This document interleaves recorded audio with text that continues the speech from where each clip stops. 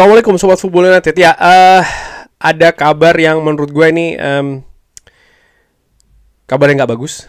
Oke, langsung aja dari sisi finansial ya. Cafe Solskjaer menginformasikan kalau ya dengan Manchester United kalah di Europa League, Manchester United ini menjadi tiga entity saham yang rugi besar ya di Stock Exchange New York, turun 8,6% di angka 13,29 dolar ya per saham. Padahal Ineos membayar nilai per sahamnya ya pada saat mengambil atau menjadi co-owner di Manchester United itu dengan nilai 33 dolar per saham. Jadi rugi per sahamnya tuh di angka 20 dolar sejauh ini. Dan saham-saham tersebut ya dinilai hampir setengah, atau artinya ruginya tuh hampir setengah ya ketika mereka ini berada, atau saham tersebut berada pada angka 26,23 dolar di tahun 2023 ketika Qatar berusaha untuk membeli Manchester United. Ineos memberi valuasi klub di angka 4 miliar pounds. Saat ini marketnya menilai Manchester United ada di angka 1,7 miliar pounds. Jadi gapnya cukup besar nih, sekitar 2,3 miliar pounds ya. Perbedaan antara valuasi dari Ineos dan berapa market saat ini. Jadi dari sisi market ya, pasar keuangan, pasar saham Manchester United ini sedang jatuh, dan ini juga mempengaruhi valuasi klub secara besar-besaran. Kabar lainnya terkait dengan hal tersebut ya, gua dapatkan juga ini dari Daily Mail.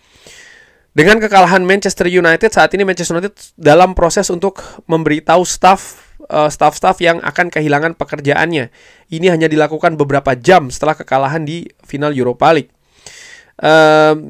Ya, daripada membiarkan kekecewaan setelah kekalahan ya, Manchester United ataupun eksekutif di Manchester United ini terus melakukan penghematan. Sumber mengatakan ya bagaimana ada perasaan terkejut dengan timing atau waktu yang diputuskan oleh manajemen Manchester United ya, membawa pemberitaan terkait dengan pemutusan hubungan kerja kepada staff. Ini dilakukan langsung setelah kekalahan menghadapi Bilbao.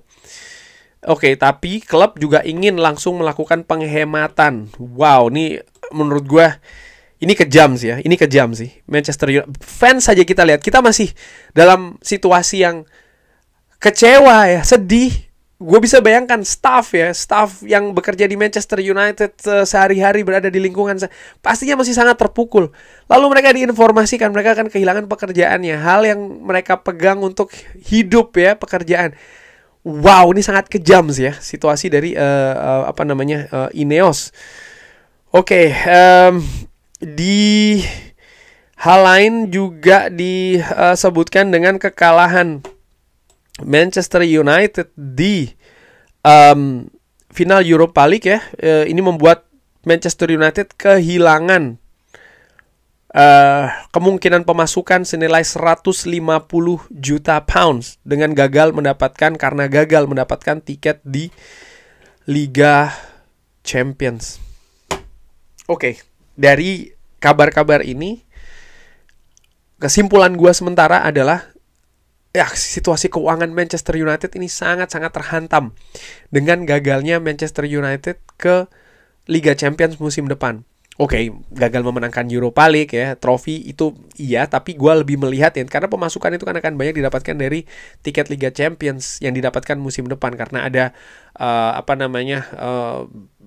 pemasukan dari siaran, pemasukan dari sponsor, pemasukan dari kompetisi juga kan. Ini semua tidak ada untuk musim depan. Dan gue tidak hanya melihat bahwa dengan pemasukan itu bahwa Manchester United akan bisa memiliki uang untuk dioperasikan, di transfer, mendatangkan pemain. No.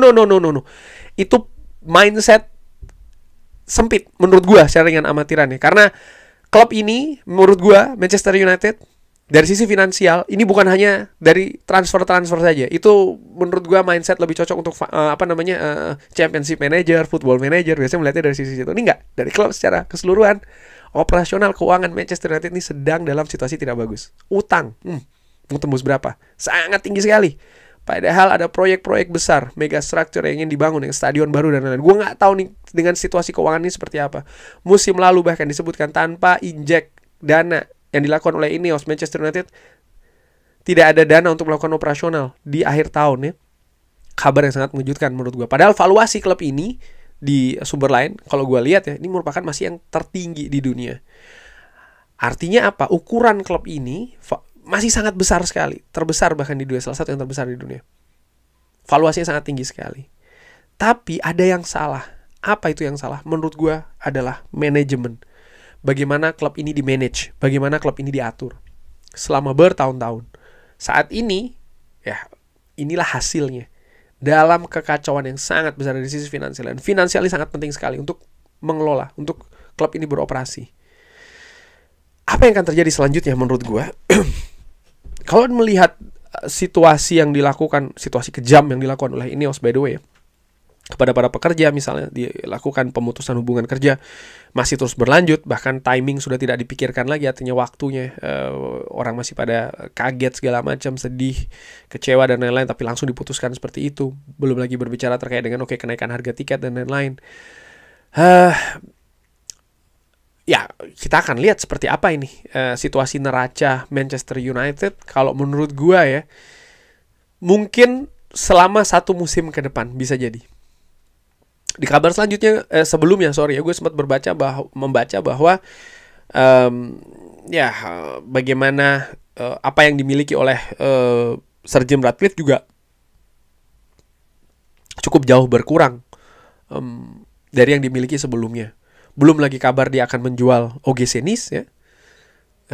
Dan bukan tidak mungkin dia mungkin juga akan melepas saham di beberapa kepemilikan di klub-klub olahraga yang lain, klub F1 misalnya atau klub sepeda. Itu bisa saja terjadi menurut gue, karena ya Manchester United membutuhkan menurut gue investasi yang lebih besar lagi. Jelas dari Glazer ini hal yang tidak akan mereka lakukan menurut gue. Tapi apakah Ineos akan melakukan hal ini terus? Jangan lupa mereka pun juga merupakan perusahaan bisnis, katakanlah seperti itu ya. Mereka tidak ingin hanya kerugian saja yang mereka dapatkan, mereka juga ingin mendapatkan keuntungan. Nah, dengan situasi seperti ini, kalau dengan yang mereka lakukan, kalau yang mereka ingin upayakan, Manchester United dalam 1 tahun ke depan menurut gue tidak menunjukkan neraca yang lebih positif. Bukan tidak mungkin ya, mungkin dengan proyek yang mereka sudah mulai atau segala macam, di mana ya mereka tentu saja tidak ingin ada kerugian lebih besar. Bukan tidak mungkin akan ada hal-hal ekstrim yang dilakukan. Apa itu? Penjualan lagi. Kabar dari Cavell Soyercall yang gue sebutkan di awal ya, bahwa saat ini berada di 13,29 per saham, beda $20. Ini angka yang sangat dalam di nilai per saham ya, karena Ineos membayarkan nilai sahamnya pada saat dia mengakuisisi itu di angka 33. Ini kerugiannya cukup jauh loh. Ini bukan angka kecil menurut gue. Dan kalau dilihat lagi ya, bagaimana valuasi dari Manchester United saat ini hanya 1,7 miliar pounds. Sementara yang dilakukan oleh Ineos ketika mereka memberikan valuasi kepada Manchester United di angka 4. Jadi sangat tinggi sekali gapnya. Ada titik sih menurut gue, dan titik itu bukan tidak mungkin akan tercapai. Ketika ya kerugian semakin besar. Ketika hal-hal yang mereka lakukan untuk memperbaiki situasi keuangan finansial Manchester United ini tidak bisa memperbaiki klub, akan dijual. Itu merupakan sebuah kemungkinan. Nah sekarang pertanyaannya, siapa yang akan menjual siapa? Apakah Glazer akan melepasnya, atau Ineosnya akan melepas kepemilikannya, atau dua-duanya melepas kepemilikannya? Ineos mereka sudah dan akan semakin habis-habisan menurut gue di Manchester United dengan situasi keuangan ini. Ini bukan hal yang mudah. Ternyata menurut gue ya, mungkin di luar perkiraan mereka. Mungkin kacaunya situasi keuangan di Manchester United. Apakah Glazer akan melepas? Bisa jadi. Apakah akan ada investor masuk lagi? Itu juga bisa jadi terjadi lagi menurut gue. Akankah Qatar datang lagi? Ini kan yang sering ditanyakan ya kan. Menurut gue bukan tidak mungkin sih.